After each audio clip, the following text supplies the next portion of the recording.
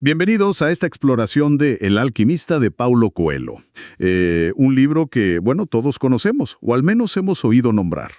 Sí, totalmente. Es que las cifras son impresionantes, ¿no? Decenas de millones de copias, traducido a, qué sé yo, más de 50 idiomas. Impresionante. Y leído por gente muy diversa, desde presidentes hasta estrellas de cine. Un verdadero fenómeno, sí señor. Y con un impacto que, bueno, todavía se siente. Tal cual. Hoy la idea es meternos de lleno en los textos que tenemos. Fragmentos clave del libro, ¿no? Desde esa introducción que escribió Coelho 10 años después, el prólogo, partes de la historia misma de Santiago, el epílogo. Y también algunas notas sobre el autor y cómo fue recibido el libro, que siempre ayuda a contextualizar. Exacto, queremos, digamos, desentrañar juntos qué hay detrás de ese éxito. Especialmente este concepto central, la leyenda personal. O sea, ¿qué es realmente? ¿Y cómo se supone que uno la realiza según estos textos? Es interesante porque Coelho mismo, en la introducción, dice que no sabe bien cuál es el secreto del éxito, pero lo conecta con eso, ¿no? Conseguir esa voz interior, ese llamado. Y vos decías que no es solo la trama, ¿verdad? Que hay mucho más. Claro, porque el viaje de Santiago, este pastor andaluz, está cargadísimo de simbolismo, ya desde el prólogo, esa historia de Narciso y el lago, Ajá. que le da una vuelta interesante al mito. El lago llora por Narciso, sí, pero porque veía su propia belleza en los ojos de él. O sea, ya de entrada te dice, ojo, esto no va solo de mirarse uno mismo. Va de reflejos, de cómo nos vemos en el mundo y el mundo en nosotros. Exacto. Te invita a mirar más allá de lo obvio, digamos. Prepara el terreno. Me gusta eso. Bueno, entonces, entremos en Santiago. Un pastor en Andalucía parece bastante contento con su vida, ¿no? Sus ovejas, sus libros, cierta libertad. Sí, una vida sencilla, predecible, quizás, pero ahí empieza el sueño recurrente. Un tesoro, lejos, en las pirámides de Egipto. Y ahí arranca el conflicto interno.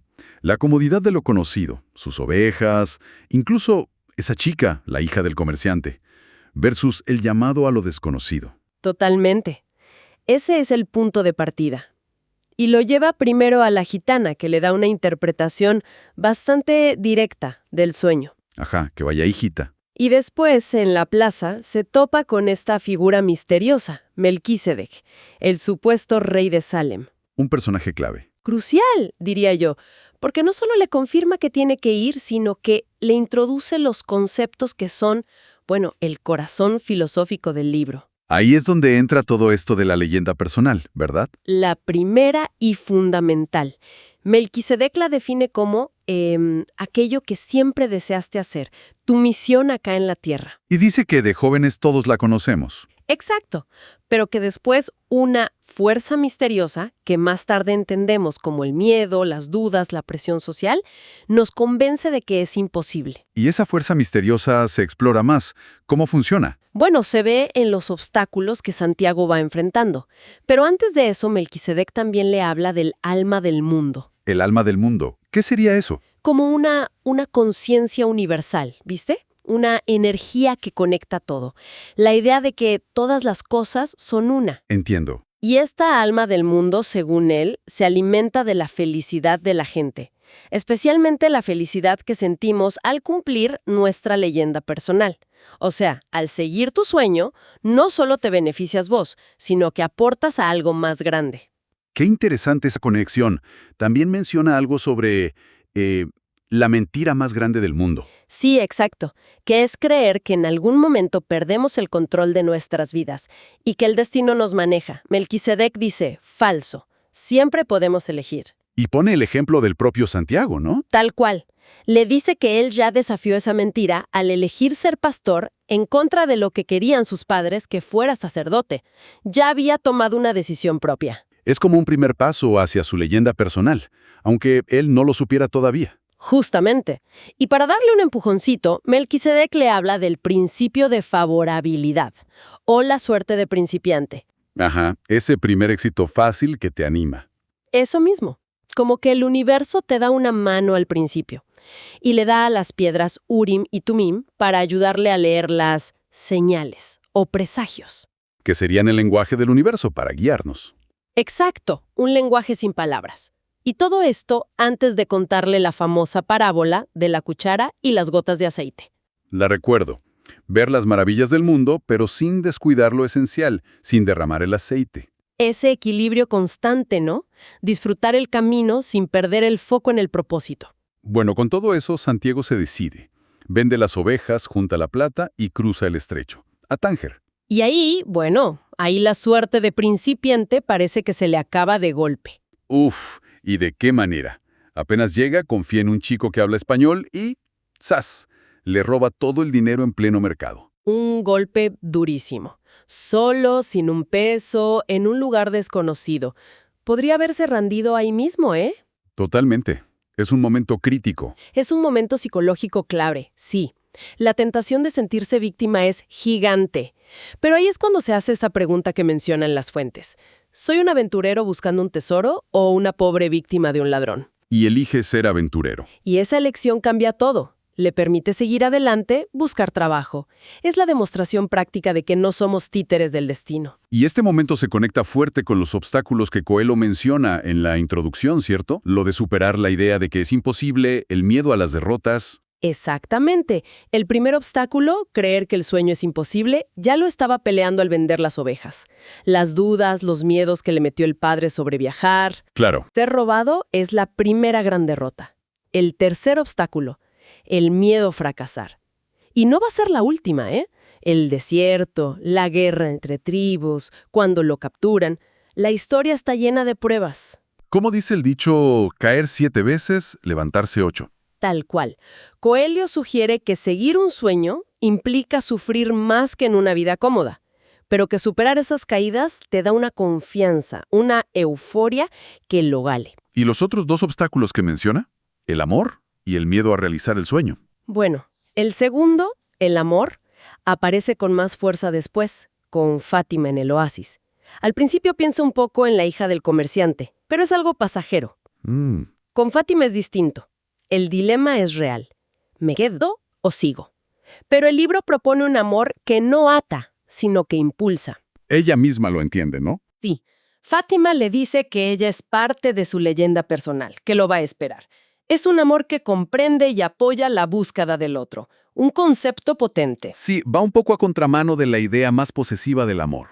Totalmente. Y el cuarto obstáculo, que Coelho dice que es el más terrible, es el miedo a realizar el sueño justo cuando está cerca. ¿Cómo sería eso? Cita a Oscar Wilde: cada hombre mata lo que ama. Es esa sensación de no merecerlo, de autosabotearte en el último momento. El alquimista lo ilustra muy bien. Ah, sí. Cuando le advierte a Santiago qué pasaría si se quedara en el oasis después de saber lo que podía lograr. Exacto. Viviría con el remordimiento constante de lo que pudo ser. Y eso, dice, sería peor que cualquier dificultad del viaje. Es un miedo sutil, pero muy poderoso. Volviendo a Tánger. Después del robo, Santiago no se rinde y empieza a trabajar para el mercader de cristales. Otro personaje interesante, Importantísimo, porque es el espejo opuesto de Santiago. el que renunció a su leyenda personal. Tal cual. Su sueño era ir a la Meca, pero nunca se animó. Vive atrapado en la rutina, con miedo al cambio, y curiosamente con miedo a cumplir su sueño, porque ¿y después qué? Prefiere soñar despierto. Claro, es un aviso para Santiago de lo que podría pasarle si abandona. Y es él quien introduce la palabra maktub. Está escrito, que parece un poco determinista, ¿no? ¿Cómo encaja eso con la idea de elegir? Es una tensión interesante en el libro, sí.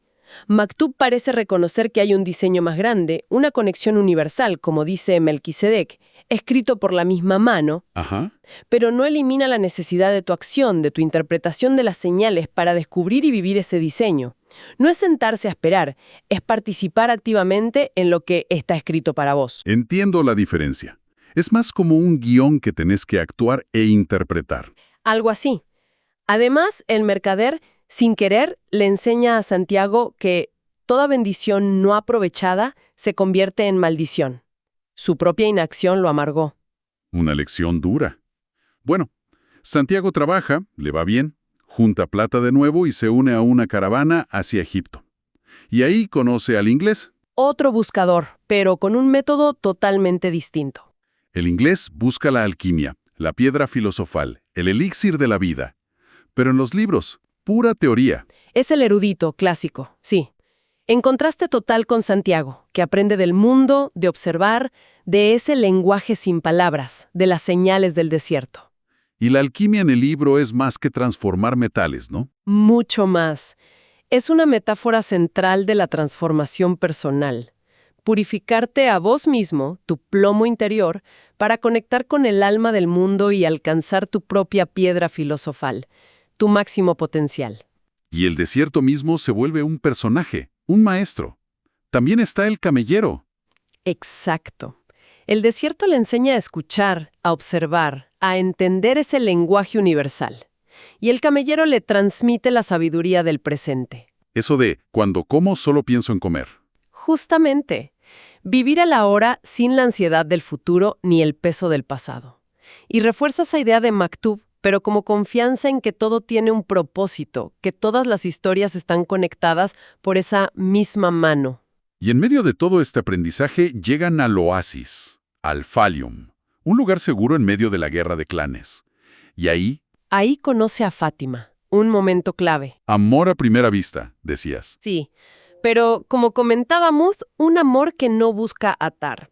Ella, como mujer del desierto, entiende los ciclos, la partida, la espera. Se convierte en una razón más para que él llegue a su tesoro y pueda volver por ella.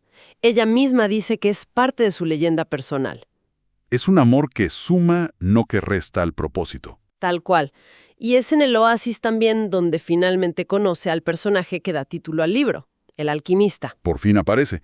¿Qué rol cumple él exactamente? Es el guía avanzado, digamos. Si Melquisedec le dio el empujón inicial y los conceptos, el alquimista le enseña con la acción, con pruebas, a escuchar su propio corazón. No le da respuestas fáciles. Para nada.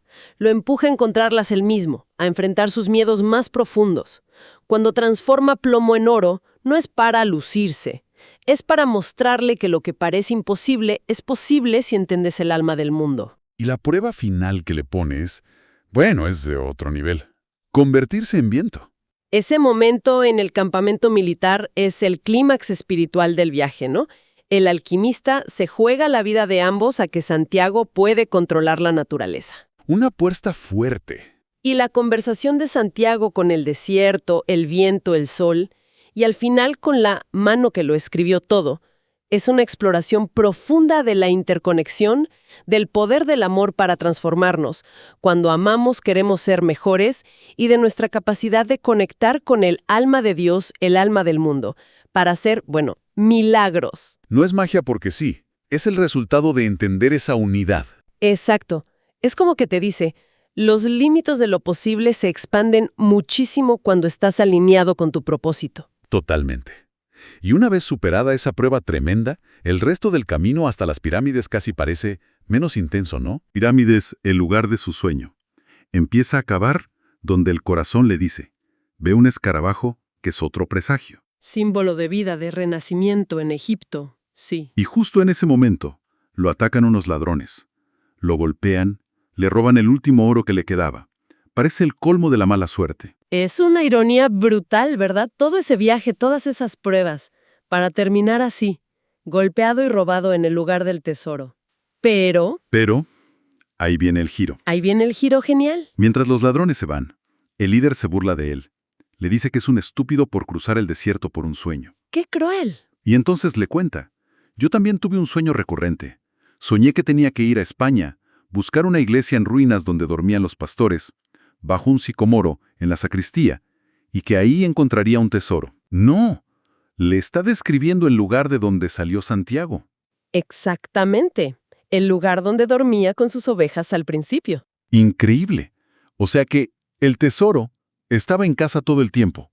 Te deja pensando, entonces todo el viaje fue para nada. Ahí está la clave. No fue para nada. El epílogo lo muestra. Santiago vuelve a la iglesia, cava bajo el sicómoro y encuentra el cofre lleno de oro y joyas. El tesoro físico estaba ahí. Sí, pero Santiago no lo habría encontrado sin el viaje. Necesitaba aprender el lenguaje de las señales, superar los miedos, conocer al alquimista, entender el alma del mundo y, fundamental, escuchar la historia del ladrón para saber dónde cavar. Claro, sin esa conversación no sabría. El viaje lo transformó. Le dio la sabiduría para reconocer el tesoro que siempre estuvo cerca. Y además encontró a Fátima y todos los tesoros internos. El verdadero tesoro, al final, fue la transformación misma. Cierra perfecto el círculo. Y ese detalle final, el viento que le trae el rezo de Fátima, es muy lindo. Sí, un toque poético hermoso. Entonces, si intentamos resumir las grandes ideas que estuvimos viendo. Yo diría, 1. La existencia de una leyenda personal, un propósito único para cada quien. 2. La importancia de seguir ese llamado, a pesar de miedos y obstáculos. 3. Que el universo conspiró a tu favor, ¿no? Con la suerte de principiante, las señales, si te animás a ir por tu sueño. Exacto. 4. La conexión de todo a través del alma del mundo. Y 5. Una visión del amor que apoya, que no frena la búsqueda. Y es interesante, como decías, chequear la vida del propio Coelho, ¿no? Que su camino no fue una línea recta. Probó de todo hasta estuvo preso. Sí, y parece que encontró su camino como escritor después de hacer la peregrinación del Camino de Santiago, como si ese viaje hubiera sido su propio despertar, un eco de la historia de Santiago. Seguro. Esa experiencia personal debe darle mucha fuerza a cómo escribe sobre el viaje transformador. Y quizás eso explica por qué resuena tanto el libro, ¿no? Lo llaman fábula, llena de sabiduría, lo comparan con El Principito. Madonna dijo algo así como que era sobre magia, sueños y los tesoros que buscamos afuera y encontramos en casa. Toca fibras universales. Sí, esa mezcla de aventura, espiritualidad y un poco de autoayuda, quizás, atrapa. Para ir cerrando, quizás una reflexión que nos deja todo esto. Si tomamos la premisa del libro, que todos tenemos una leyenda personal y que hay señales guiándonos, bueno, la pregunta es inevitable, ¿no? ¿Estamos escuchando? Esta llamada en nuestra propia vida. ¿Qué miedos, qué obstáculos? Quizás el miedo al fracaso o ese miedo más sutil al éxito nos están frenando ahora mismo. Y más allá de ese empujoncito inicial, de la suerte de principiante, ¿qué hace falta para seguir cuando el camino se pone realmente difícil? Porque siempre se pone difícil en algún punto. Totalmente. ¿Qué se necesita para perseverar? Y esa historia que cuenta el alquimista, la del centurión romano, sugiere que tal vez el impacto de seguir nuestro camino no sea el que imaginamos, pero será importante igual. Te deja pensando en tu propia búsqueda definitivamente. Tal cual. Nos deja con esa tarea pendiente, ¿no?